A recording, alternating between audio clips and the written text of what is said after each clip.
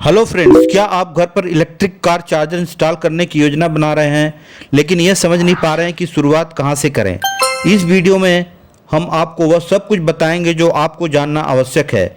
सही charger level और power rating का चयन करने से लेकर सिंगल फेज और 3 फेज सप्लाई के बीच का अंतर समझने तक। हम सुरक्षित संचालन के लिए स्मार्ट फीचर्स और उचित प्रोटेक्शन रेटिंग के महत्व को भी स्पष्ट करेंगे। इसके अतिरिक्त हम आपको इंस्टॉलेशन प्रोसेस के बारे में मार्गदर्शन देंगे, जिसमें आवश्यक इलेक्ट्रिकल कैलकुलेशन, महत्वपूर्ण सेफ्टी डिवाइसेस जैसे एमसीबीज और आरसीसीबीज तथा इंस्टॉलेशन से पहले आवश्यक अप्रूवल्स की जानकारी भी शामिल होगी। यदि आप अपने घर पर एक सुरक्षित, कुशल और future ready EV charging setup की स्थापना करना चाहते हैं तो यह वीडियो आपके लिए है। आइए शुरुआत करते हैं।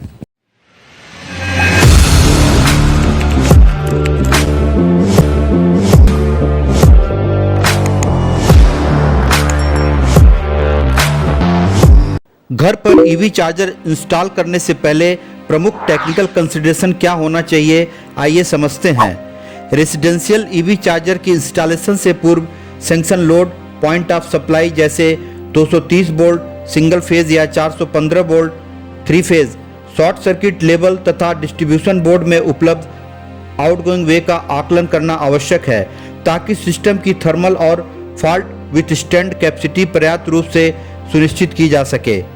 EVSC यानी इलेक्ट्रिकल व्हीकल सप्लाई इक्विपमेंट की रेटिंग वाहन के ऑन बोर्ड चार्जर तथा कैलकुलेटेड मैक्सिमम डिमांड के साथ समन्वित यानी कोऑर्डिनेटेड होनी चाहिए। डिस्ट्रीब्यूशन बोर्ड से एक स्वतंत्र रेडियल फीडर प्रदान किया जाए जिसे उपयुक्त रूप से रेटेड प्रोटेक्शन डिवाइसेस द्वारा सुरक्षित किया गया हो, जैसे type C miniature circuit breaker, 30 milliampere residual current circuit breaker या RCBO residual current circuit breaker with overload, जो कि DC लीकेज डिटेक्शन के अनुसार टाइप A या टाइप B का होना चाहिए। क्लास 2 सर्ज प्रोटेक्शन डिवाइसेस और लो इम्पीडेंस अर्थिंग सिस्टम, जो कि 1 ओम से कम होना चाहिए। कंडक्टर साइजिंग का निर्धारण डिजाइन, करंट ग्रुपिंग और टेम्परेचर कम करने वाले फैक्टर्स, इंस्टॉलेशन मेथड जैसे IS और IC स्टैंडर्ड के अनुसार तथा वोल्टेज ड्रॉप लिमिट आमतौर पर 3 से 5% से कम हो के आधार पर किया जाना चाहिए। लेवल 1 चार्जर जो कि 1.4 से 3 किलोवाट सिंगल फेज पावर के होते हैं, लो डेली एनर्जी डिमांड के लिए उपयुक्त हैं, जबकि लेवल 2 चार्जर जो कि 3.3 किलोवाट से 22 किलोवाट सिंगल फेज या 3 फेज पावर के होते हैं, कम चार्जिंग टाइम और बेहतर फेज लोड बैलेंसिंग प्रदान करते हैं। घर में ईवी चार्जर इंस्टॉल करने से पहले यह जानना आवश्यक है कि आपके घर में ईवी चार्जर को सपोर्ट करने के लिए पर्याप्त इलेक्ट्रिकल कैपेसिटी है या नहीं।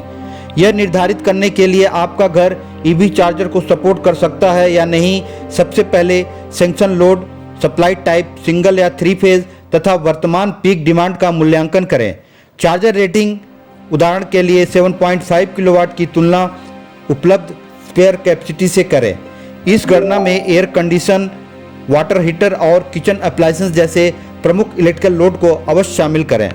यदि कुल कनेक्टेड लोड सेंक्शन लिमिट से अधिक हो जाता है तो लोड इन्हेंसमेंट, फेज अपग्रेड या डायनामिक लोड मैनेजमेंट की आवश्यकता पड़ सकती है। साथ ही यह सुनिश्चित करें कि distribution board, cable size, protection device तथा अर्थिंग सिस्टम अतिरिक्त कंटिन्यूअस करंट को सुरक्षित रूप से संभालने के लिए उचित रूप से रेटेड हो।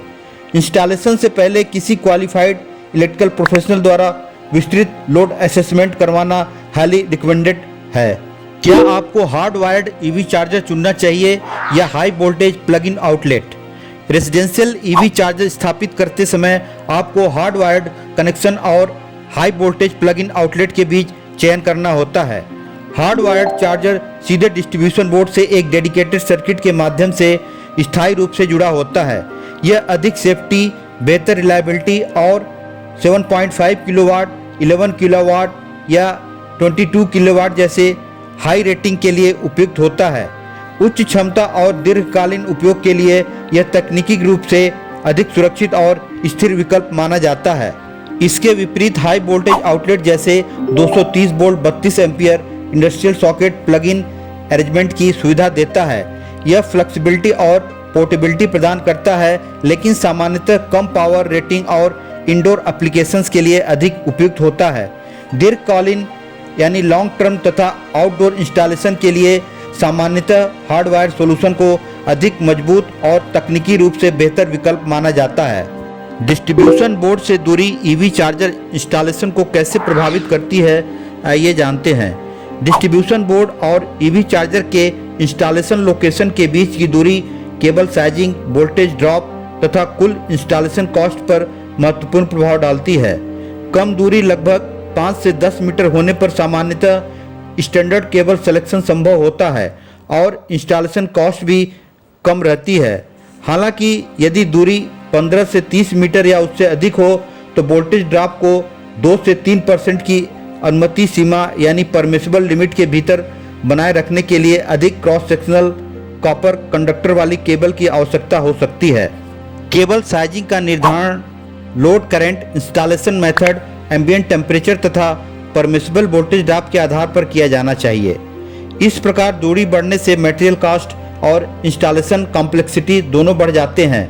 इसलिए इंस्टॉलेशन से पहले उचित साइट असेसमेंट कराना अत्यंत आवश्यक है। क्या आपके डिस्ट्रीब्यूशन बोर्ड में डेडिकेटेड ईवी चार्जर सर्किट के लिए पर्याप्त कैपेसिटी है? ईवी चार्जर इंस्टॉल करने से पहले यह सुनिश्चित करें कि डिस्ट्रीब्यूशन बोर्ड में नए डेडिकेटेड सर्किट के लिए पर्याप्त स्थान उपलब्ध हो। चार्जर को उचित रूप से रेटेड एमसीबी और आरसीसीबीओ के माध्यम से जोड़ा जाना चाहिए, जिसके लिए आमतौर पर कम से कम 1 या 2 उपलब्ध मॉड्यूल स्लॉट की आवश्यकता होती है। यदि कोई स्पेयर कैपेसिटी उपलब्ध नहीं है तो डिस्ट्रीब्यूशन बोर्ड अपग्रेड या सब पैनल इंस्टॉलेशन करना आवश्यक हो सकता है। साथ ही यह भी सुनिश्चित करें कि मेन इनकमर रेटिंग और बस बार अतिरिक्त कंटिन्यूअस लोड को संभालने के लिए पर्याप्त आकार के हों। एग्जिस्टिंग सर्किट को शेयर करना रिकमेंडेड नहीं है, क्योंकि ईवी चार्जर्स द्वारा सस्टेन्ड हाई करंट ड्रॉ किया जाता है। आपको घर पर टेदर्ड या अनटेदर्ड ईवी चार्जर में से कौन सा इंस्टॉल करना चाहिए? घर के लिए ईवी चार्जर का चयन करते समय आप टेदर्ड यानी फिक्स केबल वाला और अनटेदर्ड वाला मॉडल के बीच चुन सकते हैं। टेदर्ड चार्जर में एक फिक्स केबल पहले से जुड़ी होती है। इससे उपयोग करना आसान और तेज हो जाता है, लेकिन इसमें फ्लेक्सिबिलिटी सीमित होती है। यह उन घरों के लिए उपयुक्त है जहां डेडिकेटेड पार्किंग उपलब्ध हो और प्रतिदिन उसी वाहन को चार्ज किया जाता हो। इसके विपरीत अनटेदर्ड चार्जर में केवल एक सॉकेट होता है। आमतौर पर टाइप 2 और इसके लिए अलग से केबल की आवश्यकता होती है। यह अधिक फ्लेक्सिबिलिटी प्रदान करता है और देखने में अधिक नीट और व्यवस्थित लगता है। भारत और यूरोप में एसी होम चार्जिंग के लिए टाइप 2 कनेक्टर को स्टैंडर्ड माना जाता है। घर पर ईवी चार्जर इंस्टॉल करने में कितना खर्च आता है? भारत में होम ईवी चार्जर इंस्टॉल करने की लागत मुख्य रूप से चार्जर टाइप और आवश्यक इलेक्ट्रिकल वर्क पर निर्भर करती है। एक बेसिक लेवल 1 चार्जर की कीमत लगभग 10,000 से 20,000 तक हो सकती है। वहीं लेवल 2 3.3 किलोवाट से 7.4 किलोवाट चार्जर की कीमत लगभग 25 से 80,000 के बीच होती है। स्मार्ट फीचर वाले मॉडल की कीमत 1 लाख तक जा सकती है। इंस्टॉलेशन, वायरिंग तथा प्रोटेक्शन डिवाइस जैसे एमसीबी, आरसीसीबी आदि का अतिरिक्त खर्च सामान्यतः 2500 से 10,000 तक होता है। यदि लोड अपग्रेड या 3 फेज कन्वर्जन की आवश्यकता हो तो इसके लिए लगभग 8,000 से 20,000 अतिरिक्त खर्च आ सकता है। कुल मिलाकर एक स्टैंडर्ड लेवल 2 इंस्टॉलेशन की कुल लागत सामान्यतः 35,000 से 90,000 के बीच में होती है। हालांकि सोलर इंटीग्रेटेड सेटअप की लागत इससे अधिक भी हो सकती है। भारत में घर पर ईवी चार्जर स्थापित करने पर कौन कौन से इंसेंटिव्स उपलब्ध हैं? भारत 2025 में होम ईवी चार्जर इंस्टॉलेशन पर निम्नलिखित लाभ प्राप्त हो सकते हैं। 5% जीएसटी में छूट, सिंप्लीफाइड अप्रूवल प्रोसीजर्स, कई राज्यों में ईवी स्पेसिफिक इलेक्ट्रिसिटी टैरिफ, कुछ राज्य सरकारें चार्जर की खरीद और इंस्टॉलेशन पर डायरेक्ट सब्सिडी या रिबेट प्रदान करती हैं, जो एलिजिबिलिटी और अप्रूव्ड वेंडर पर निर्भर करती है। यदि रूफटॉप सोलर के साथ इंटीग्रेशन किया जाए तो MNRE ministry of new and renewable energy subsidy scheme के तहत अतिरिक्त फाइनेंशियल सपोर्ट प्राप्त किया जा सकता है। साथ ही नेट मीटरिंग की सुविधा भी उपलब्ध होती है। हालांकि केंद्र सरकार की योजनाएं जैसे फेम 2 मुख्य रूप से पब्लिक चार्जिंग इंफ्रास्ट्रक्चर के लिए है, न कि प्राइवेट होम चार्जर के लिए। इंसेंटिव राज्य के अनुसार भिन्न हो सकते हैं, इसलिए इंस्टॉलेशन से पहले वर्तमान पॉलिसीज और स्थानीय डिस्कॉम गाइडलाइन यानी कि डिस्ट्रीब्यूशन कंपनी गाइडलाइन की जांच करना अत्यंत आवश्यक है। तो इस प्रकार आप घर पर इलेक्ट्रिक कार चार्जर को सही तरीके से सुरक्षित रूप से तकनीकी मानकों के अनुसार और इलेक्ट्रिकल स्टैंडर्ड्स का पालन करते हुए इंस्टॉल कर सकते हैं। हमेशा ध्यान रखें कि सही चार्जर पावर का चयन करें, अपने इलेक्ट्रिकल पैनल की कैपेसिटी की पुष्टि करें, उपयुक्त प्रोटेक्शन डिवाइसेस का उपयोग करें और इंस्टॉलेशन कार्य किसी लाइसेंस्ड इलेक्ट्रीशियन से ही करवाएं। यदि आपको यह वीडियो उपयोगी लगा हो तो कृपया इसे लाइक, शेयर और सब्सक्राइब करना न भूलें, ताकि आपको ईवी और इलेक्ट्रिकल इंजीनियरिंग से संबंधित और अधिक टेक्निकल कंटेंट्स मिलता रहे। यदि आपके घर के विशेष सेटअप के बारे में कोई प्रश्न है तो नीचे कमेंट्स में करें। मुझे आपकी सहायता करके खुशी होगी। देखने के लिए धन्यवाद और मिलते हैं अगले वीडियो में।